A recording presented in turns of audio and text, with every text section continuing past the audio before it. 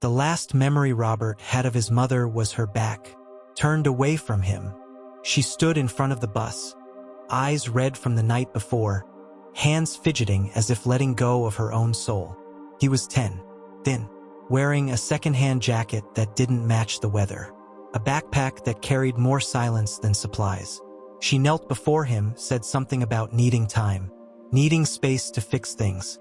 But Robert didn't understand what it meant to be abandoned, not until the bus doors folded shut like a final chapter, and she didn't look back.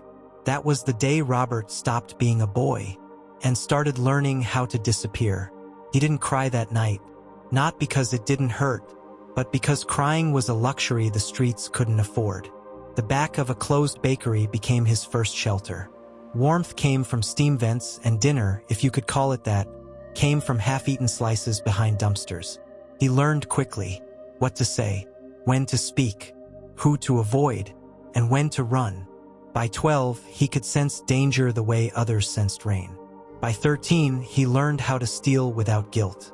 And by 14, he'd stopped waiting for anyone to save him. They called him RJ. No one knew his full name, just the initials whispered with a sort of respect. RJ was different. He didn't chase fights, but he never backed down from one. He wasn't the loudest, but when he spoke, people listened. In a world where loyalty was currency, RJ was rich.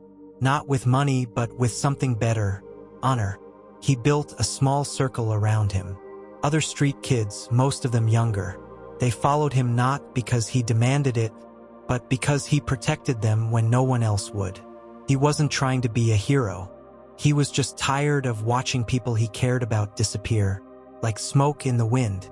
One evening, a kid from the block, Marcus, came limping into the alley holding his ribs, eyes wild, blood drying beneath his nose.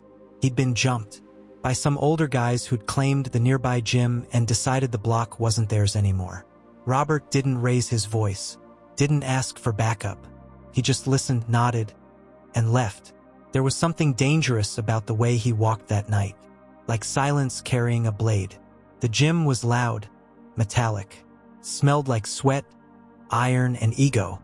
Robert walked in like he belonged there. No fear in his step, no anger on his face, just intent.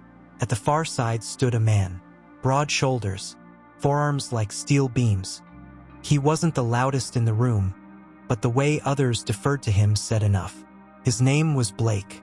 Neither man knew what would happen next, but something stirred deep in the room, a kind of ancestral pull. Robert didn't scream. He didn't accuse. He asked simple questions about what happened to his friend. The answers didn't matter. The man's tone did. It was authority, cold, direct, and Robert didn't flinch from it. He met it, matched it. Two strangers, one shaped by survival, the other hardened by experience. Their words cut, sharp, controlled. They didn't recognize it yet, but somewhere in the gaze they shared, there was familiarity neither one could place. Not yet. Their standoff ended without fists, but not without damage. Respect wasn't earned. Only confusion, tension, and a sense that something unfinished lingered in the air. Robert sat on a rooftop that night, legs dangling over the ledge. He lit a cigarette he didn't care for. The skyline blinked below like a tired heartbeat. His mind replayed the man's voice, the look in his eyes, that small twitch when he said his name. There was nothing familiar about the man, and yet something echoed, not from memory, from something deeper. Blood, maybe. He shook it off. Robert didn't have a father. Never did. He was raised by the sound of footsteps fading away, and learned everything else from the streets. Names had power, but Robert had lived most of his life without one that meant anything. No junior linked to anyone. No legacy. Just an empty middle name in school files, never answered to, never explained. The man in the gym, Blake, was just another stranger. Or so he thought. But fate doesn't care about readiness. It doesn't knock politely. Sometimes it kicks the door down when you least expect it. The city slept as Robert walked its cracked sidewalks. But inside him, a storm was stirring. He didn't know what it was yet. Restlessness? Anger? Fear? No, it was something worse. Recognition. Without context. Without warning. He hadn't seen the last of that man. And the next time they met, everything would change. Some stories begin with abandonment, but others begin the moment two people collide, without knowing they were always meant to find each other.